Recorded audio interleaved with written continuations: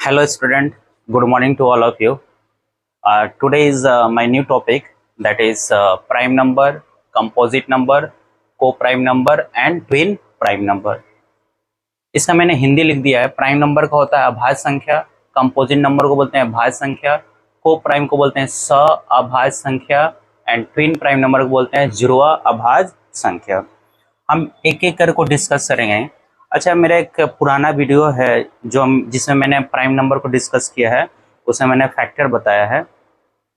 अच्छा, उसमें थोड़ा साउंड प्रॉब्लम था, साउंड की क्वालिटी अच्छी नहीं थी। अब थोड़ा सा साउंड अच्छा आएगा आप लोगों के लिए। देखो, इसको जानने से पहले ना आपको जानना पड़ेगा फैक्टर क्या होता है। मैंने यहाँ लिख दिया हूँ फैक्टर क्या होता है। फैक्टर को हिंदी में बोलते हैं गुणनखंड।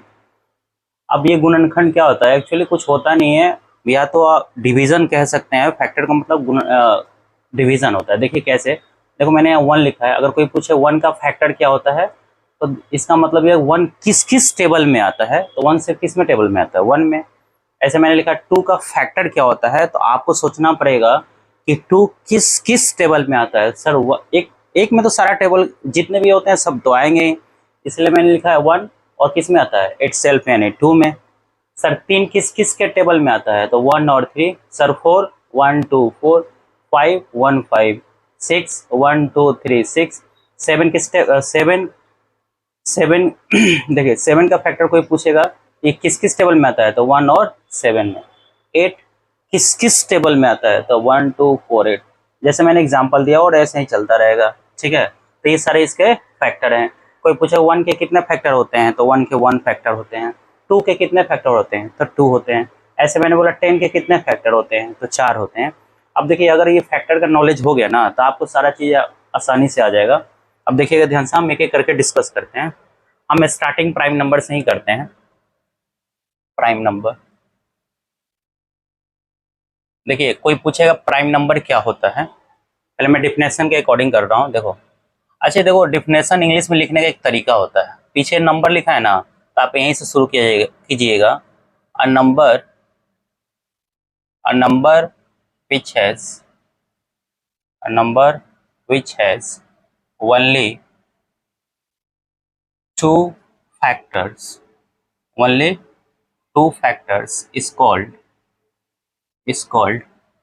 prime number, is called prime number। देखिए डिफिनेशन मैंने कहा, यहाँ अगर नंबर है तो आप यहाँ नंबर पे आइएगा। A number which has only two factors, आपका मेन फोकस कहाँ होना चाहिए sir? Two factors, only two factors, only two factors is called prime number।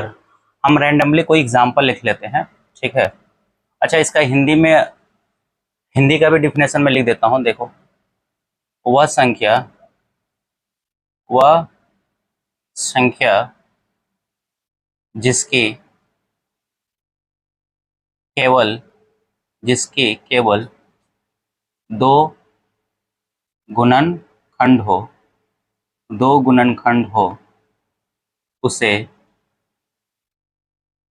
अभाज्य संख्या कहते हैं, उसे अभाज्य संख्या कहते हैं।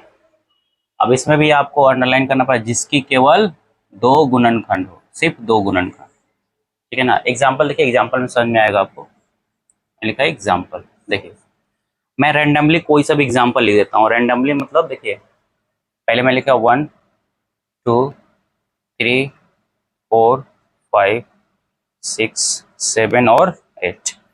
अच्छा, एक बात बताइए, 1 का कितने फैक्टर होते हैं? 1 का कितने फैक्टर होते हैं, यानी 1 किस किस टेबल में आता है? सर सिर्फ किस में आता है? 1 में। सर 2 किस किस टेबल में आता है? सर 1 में और 2 में। 1 3 किस टेबल में आता है? 1 में और 3 में। 4 सर 1 में तो आएगा ही, और साथ में 2 भी आएगा, और 2 के टेबल में भी आता है, और 4 के टेबल में भी आता है।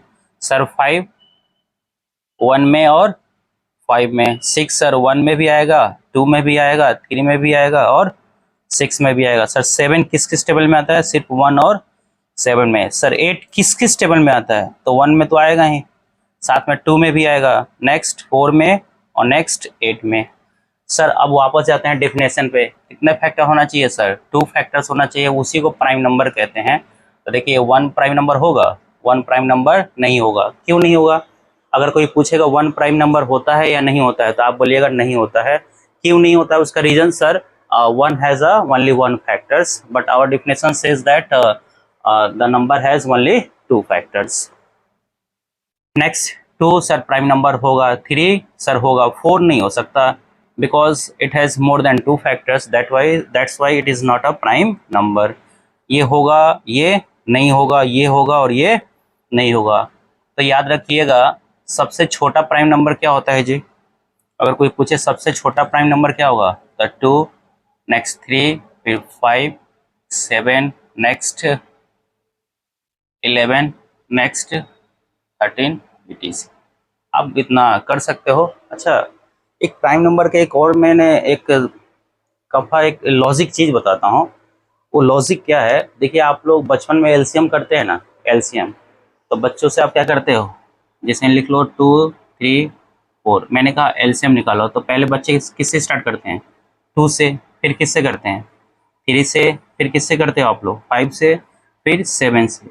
ये जो हम निकालते हैं ना, ये वाला, ये जो हिस्सा लिखते हैं यहाँ, वो क्या होता है जी? वो प्राइम नंबर ही होता है, वो कुछ नहीं होता है। It is nothing but it is a prime number. हम कभी भी एलसीएम जब निकालते हैं तो हमेशा प्राइम नंबर से ही निकालते हैं, ये याद रखिएगा, ठीक है ना। चलिए, अब प्राइम नंबर तो हो गया। हम बाद में लास्ट में क्वेश्चन भी करेंगे, एक नया वीडियो बना देंगे जिसमें सिर्फ क्वेश्चन ही होगा सारा चीज़ का। देखो मिटा देते हैं। अब देखिए नेक्स्ट कौन सा है? Composite number. अब कंपोजिट नंबर क्या होता है? कंपोजिट नंबर सर, इसको हिंदी में क्या बोलते हैं? भाज्य संख्या। ये कंपोजिट नंबर क्या होता है? देखिएगा, डिफिनेशन पहले लिख लेते हैं, उसके बाद समझाएंगे। देखो पीछे नंबर है तो आप नंबर सुनिए, स्टार्ट कीजिएगा। A number which has more than two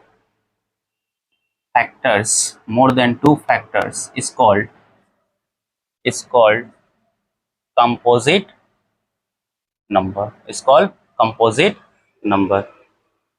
वह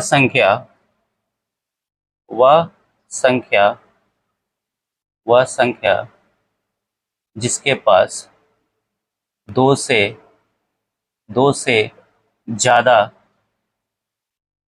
ज्यादा गुणनखंड हो, उसे कंपोजिट नंबर कहते हैं। उसे भाज्य संख्या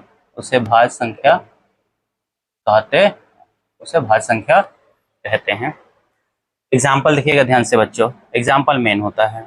एग्जाम्पल देखिएगा, कोई सा भी नंबर रैंडमली में लिख दिया, देखो 1, 2, 3, 4, 5, 6, 7 और 8। सर देखिए, आप पहले तो देखिए यहाँ पर डिफिनेशन क्या था? Number which has more than two factors. इसका मतलब ये हुआ कि दो से ज्यादा होना चाहिए, वही क्या होगा? कंपोजिट नंबर होगा। अब दो से ज्यादा हो तो देखिएगा, आप रैंडमली मैंने नंबर लिख दिया है, और आगे भी लिख सकते हैं, कोई दिक्कत नहीं है, वो तो आपको समझाना है। देखो 1 किस किस टेबल में आता है सर? सर 1 1 में ही आता है। 2 किसके टेबल में आता है? सर 1 में और 2 में। 3 1 3 1 2 and 4। Sir 1 and 5 1 2 3 6 1 and 7 1 2 4 and 8। अब देखिएगा, हमारा डिफिनेशन कहता है कि दो से ज़्यादा होना चाहिए। यहाँ तो एक है, तो ये कभी भी होगा, ये कभी भी कंपोजिट नंबर है, ये भी नहीं हो सकता, ये तो 2 है। हमारा क्या डिफिनेशन कहता है? दो से ज़्यादा होना चाहिए, तो ये भी नहीं होगा। सर 3 भी नहीं होगा।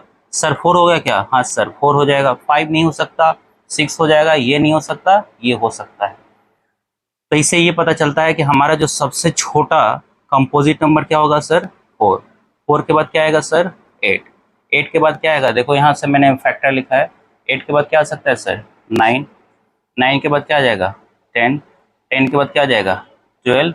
और डॉट डॉट लगा देता हूँ मैं, आप लोग समझिए। तो इसको बोलते हैं कंपोजिट। कोई सी भी नंबर हो, बस दो से ज़्यादा अगर फैक्टर हुआ तो आप उसको क्या बोलिएगा? Composite number. ठीक है ना बच्चों? नेक्स्ट देखिएगा, कंपोजिट नंबर हो गया। नेक्स्ट करते हैं हम को प्राइम नंबर। अब ये को प्राइम, यहाँ पे बच्चों को बहुत डाउट आता है को प्राइम नंबर क्या होता है। कुछ कंफ्यूज होते हैं कि सर दोनों प्राइम होगा कि एक होगा कि नहीं होगा, बड़ा कन्फ्यूजन होता है। मैं कन्फ्यूजन को दूर करता हूँ। देखिए ध्यान